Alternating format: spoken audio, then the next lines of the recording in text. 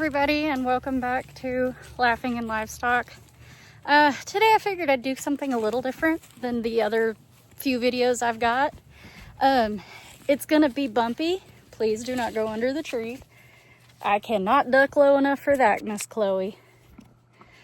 Holy Batman. And there are so many spiders in there. So if you couldn't tell, come on, go around, baby. Because of how bumpy it is, we are on Miss Chloe today, and I figured I don't have a stand or anything, so we're kind of doing it the old-fashioned way. Now I'm just kind of holding y'all in my hand, so forgive me if the angles aren't great. Oh, someone's car alarm is going off.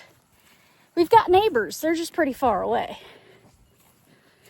But I figured I'd kind of ride around the property, because of course that is one of the chores, is you gotta keep all the animals in good shape, which includes exercise for Miss Lazy Bones here. Oh, she's got an itch. Poor girl. So most of the time our exercise just kind of involves walking around and just making sure we still know our manners. Miss Chloe here is our nasty. Is our roughly 7 years old, if I remember correctly, quarter horse mare. We did try to breed her earlier this year, and sadly the quality of our male, not our male, but the male that we had, was just not up to par.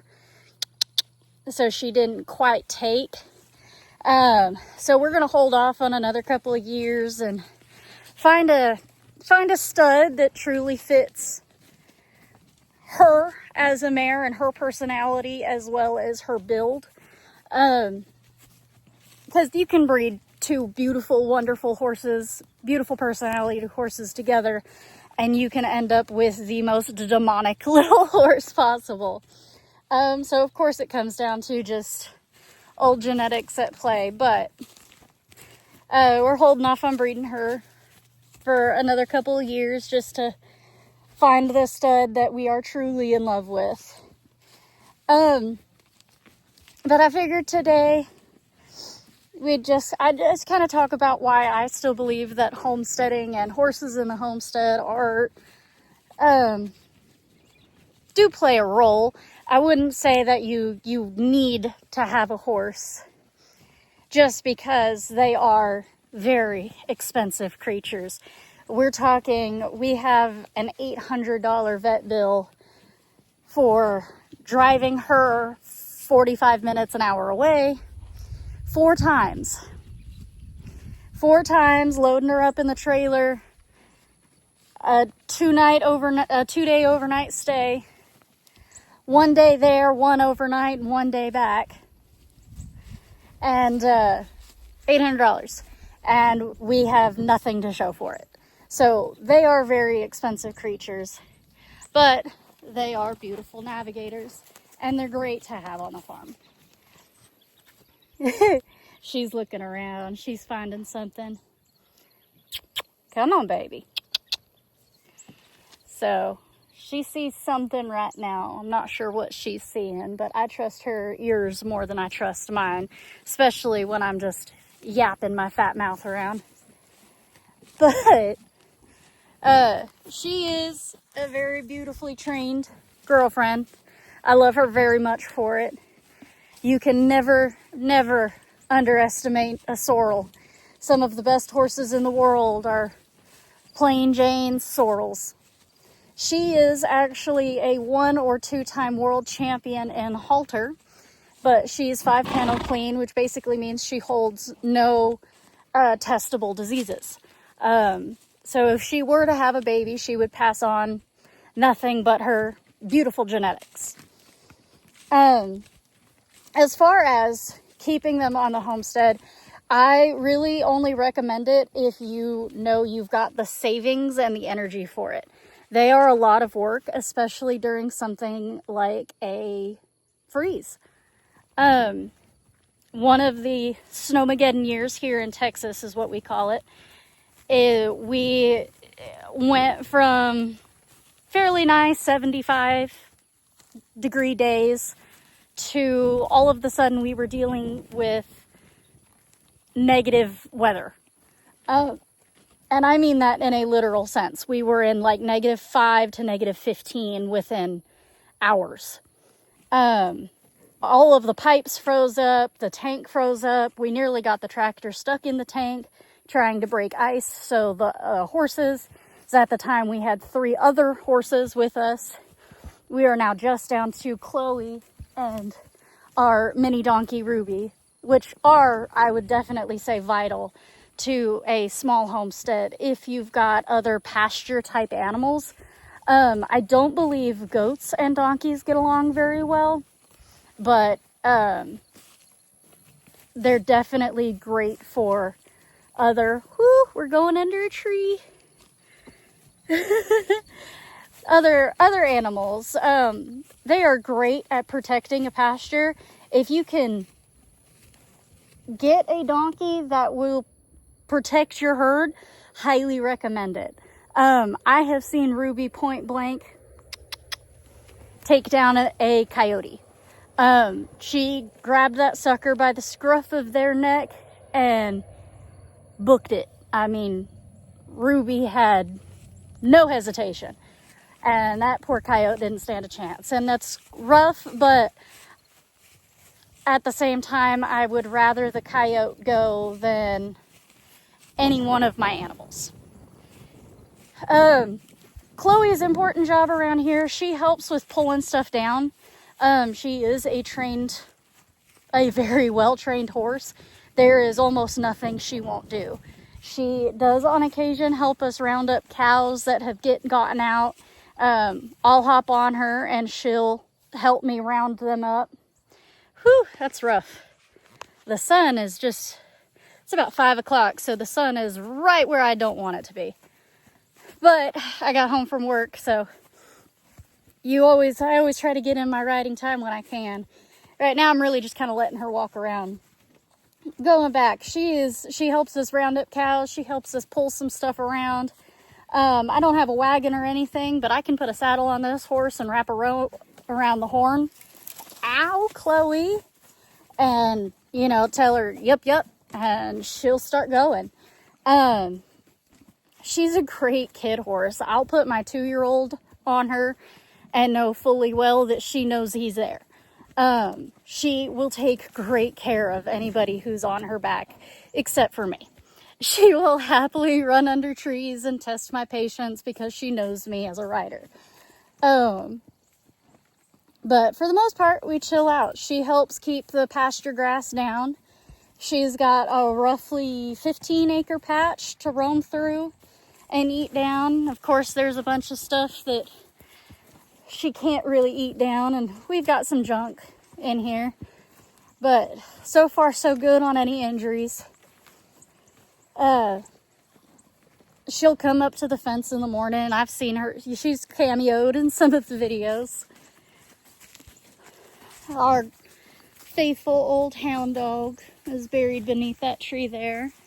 That was her favorite tree down here by the barn. And by another tree. Thank you, Chloe. At least you're creating... Hey, okay, that's a whole branch, baby. That's a whole branch. I'd rather not. Oh, really? You're going to walk me through the sticker burrs? Rude. Rude mare. I personally love having horses around. I've always been the weird horse girl. I don't think I've ever lived a day in my life without saying that I've wanted to be on a horse. Please do not. Not going in the old barn, girlfriend. That's how you get snake bit. For me, she gives me, and horses in general give me, a sense of peace. Even when they're being turds. And there's a certain love to owning a 1,200-pound animal that gives you control. And I mean, this is an animal that within moments can seriously end your life. This Miss Ruby, hello baby. Miss Ruby is very unfond of human touch, but she's gotten more used to me over the years because I sit here and I yap to her. But they're not a vital creature, but they're vital to me. I have been blessed with the opportunity to live on as much land as we do, which has gifted me the opportunity to own a horse, especially a horse of this caliber. And it was not easy work whatsoever. Chloe was owned by my husband's grandparents as a yearling, as a weanling, actually. Ruby, don't be that way. Go on. Go on. Don't be that way, Ruby. She is probably about 25 years old, Miss Ruby is. So she can get a bit cranky at certain points. And she hates it when I ride Chloe around because she feels the need to walk around with us. But she doesn't want to walk around.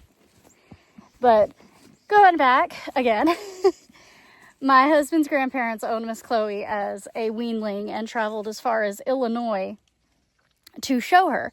That's when she won some futurities, and they officially bought her out. Or they either bought her or did a trade for her, because it's very common in that portion of the horse world, and even horse world in general, to trade out your horses. Find one that, if you've got a horse that suits someone else better, and they've got a horse that suits you better, then if they're an equal amount of training, then to heck with it, you know? Woo! She found something that bugs me.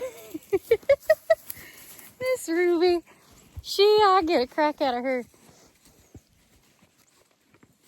So they owned her for, I believe, a year or two before gifting her or handing over ownership to a little boy they met through showing.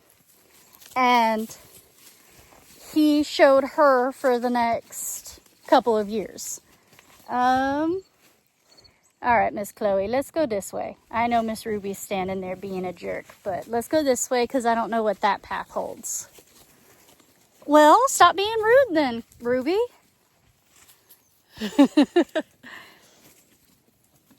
Ooh, yeah, we're not going under there, Chloe. I can't duck that far. Why are you being so rude? She's about over me by this point. Stop being rude.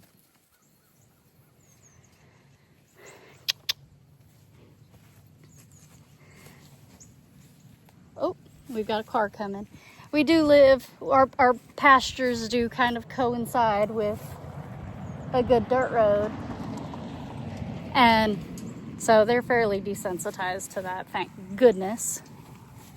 Always good to desensitize your animals to new things.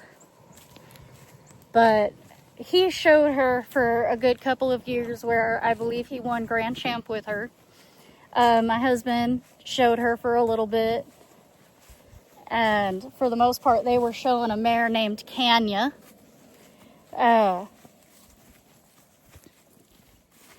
But eventually, I guess, the parents were getting out of it, or they found another horse, something along those lines.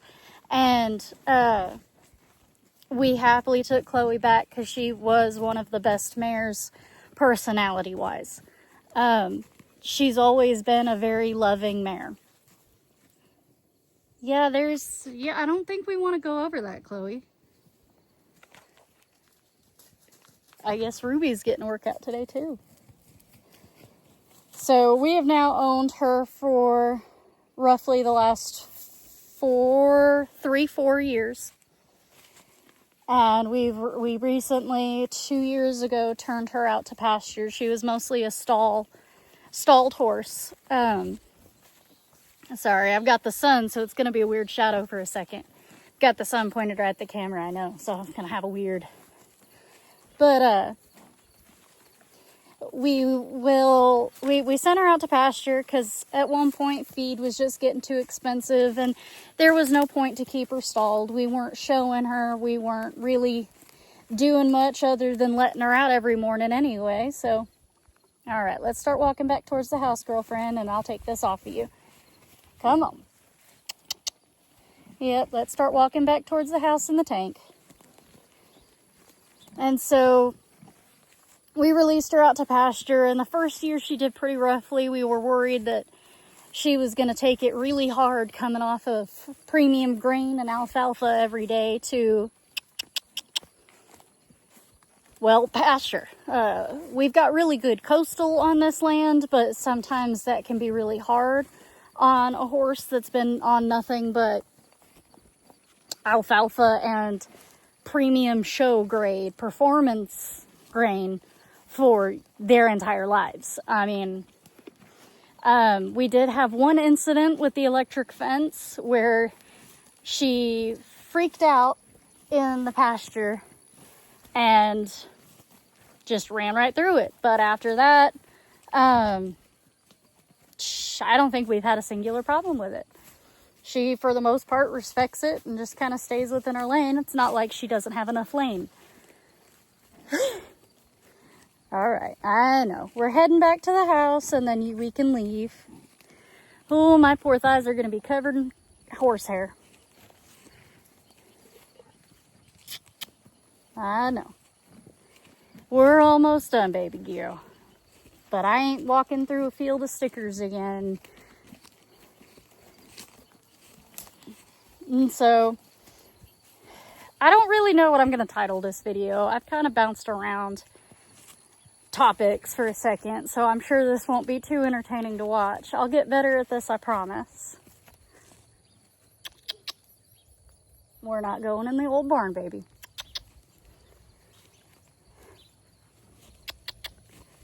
Thank you. But I guess if I were going to stay on topic until the next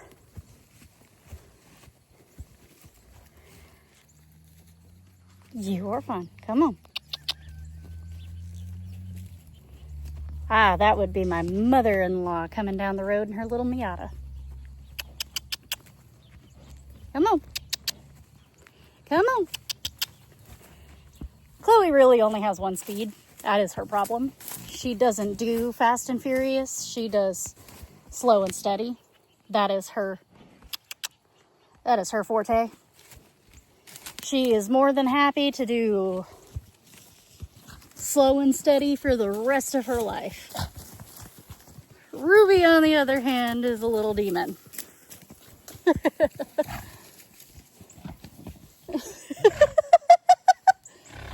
Whoa.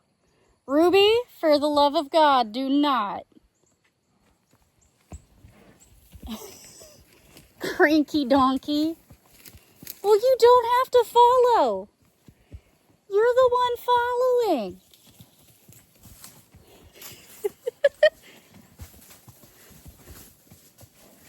Oh, I know what to call this. My donkey is a menace.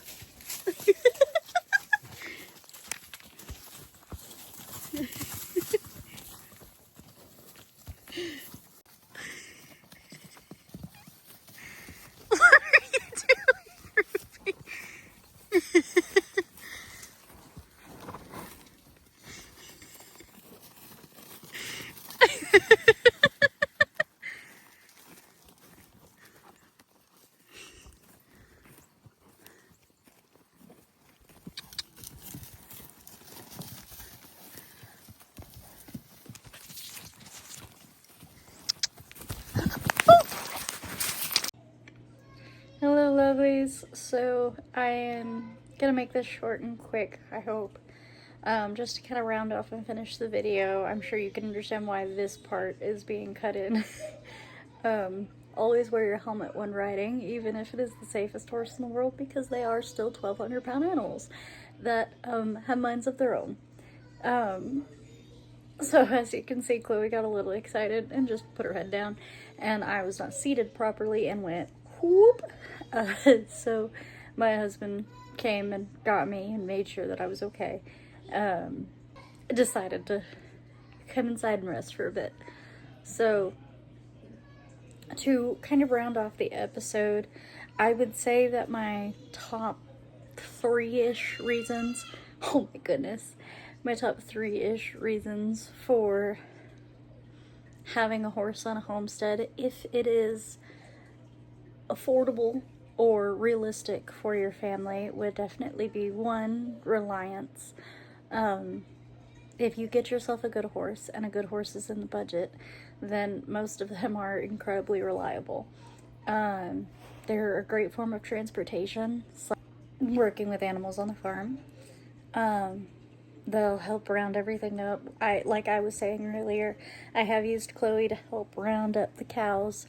I don't really need it for the goats since they're leashed, but she's also really good at being a fence checker. We do have some areas on the farm that's kind of hard to access, access without, with the Kubota, the ATV type, or side-by-side, that's the thing I'm looking for, the side-by-side. Chloe's really good at kind of manhandling her way through those thick brushes that we just can't get the side-by-side through because the brush has just become too thick. Oh, baby. We are planning eventually on shredding most of the field so that we can kind of cut back on that brush growth. And once we cut back on the brush growth, that'll help the grass grow a little bit better. So anyways, shredding down that brush will help the grass grow a little bit better, and make it an even better environment for Miss Chloe girl. The problem with a lot of that is that we have a mostly sand type, a very sandy field. So grass can grow, but it is very hard and very easy to suffocate it out. They're good work animals. Like I said, Chloe will absolutely help pull. She'll help pull little plows around as well, so sometimes she can plow her own arena, which is pretty nice, and it gets in her some exercise.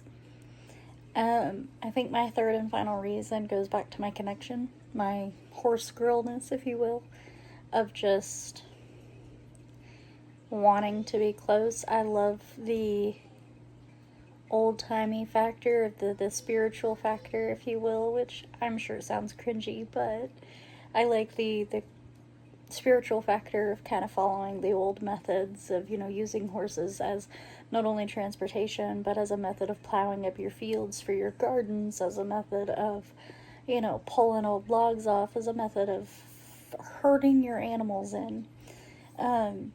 There's something that makes my heart happy and gives me a very nostalgic feeling of something I've never done. But maybe it was a thing in the past life type of deal. Either way, it makes me very happy to do so. Anyways, I will probably be ending this video. It'll probably be a shorter video. I'm sure most of it's gonna be just me rambling, and I apologize for that. As stated before, I don't really have a linear train of thought. I bounce around. My ADD brain just doesn't function properly. So I will for sure be posting this tomorrow. I'm making this on a Wednesday, but it will be posted by Thursday. I'm trying very difficult. It's very difficult, but I am trying to keep a consistent posting every Thursday. And I am attempting to possibly get quail in next. We're looking at little coops currently in order to do quail. So stay tuned because that might be the newest adventure, and I hope to see y'all next time. Then, of course, I will be sure to put a warning in to if people don't want to watch. There's nothing too graphic, but if people don't want to watch and, have to go through that, then, I don't want to put people through that. Sorry. Then, of course, I want to, just inform people. So, thank you so very much for watching. I really appreciate it. It'll probably be a shorter video this time around, but I appreciate the views anyway. Thank you so very much, and I will see you next time, lovelies. Toodles.